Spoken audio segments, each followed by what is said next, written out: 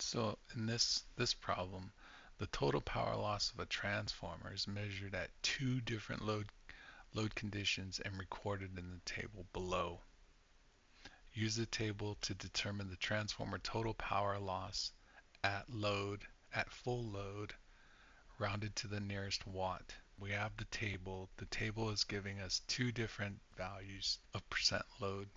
So again, we're looking for the total power loss at full load in watts.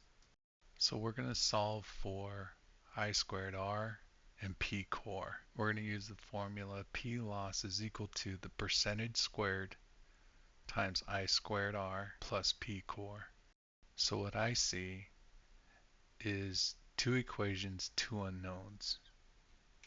And where I get this from is you may remember using this in college in statics or dynamics, college mathematics, static, wherever you may have learned this, you can solve for those two unknowns. So from the table, we have a power load loss of 1802 watts at 25%. So we just, in our first equation, we have the power load loss 1802 is equal to 25% squared I squared R plus P core. In the second one, from the table, we have a total power load loss of 15,774 equal to 75% I squared R plus P core. So there's our two equations. Now we want to find the two unknowns, which is I squared R and P core. So I learned this on a Casio. So I go to mode, 5 for equation, 1 for two equation, two unknown. Then I just simply input the values that I need. Now again, I'm not going to go over all of this. I'm assuming you already know how to use your calculator.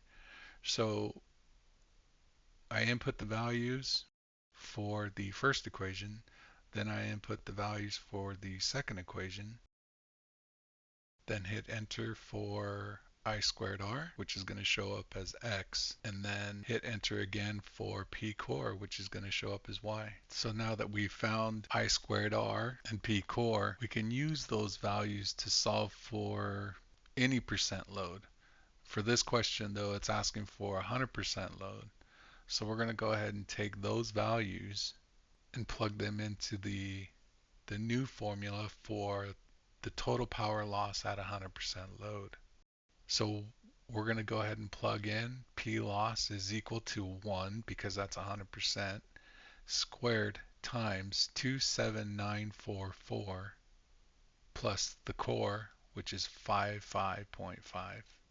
That'll give us a total P loss of 27,999.5 watts, which if we round that up, we will get 28 kilowatts of loss. Again, I just wanted to make this video because when I was going through my studies, this was something that was just hard to find. And then if I did find it, there was quite a bit of talking, and I just wanted to simplify this all. And I know I went through it pretty quick. I'm just assuming that you already have the fundamentals and basics using your calculator, kind of going through a lot of these problems in college. So again, I hope this helped.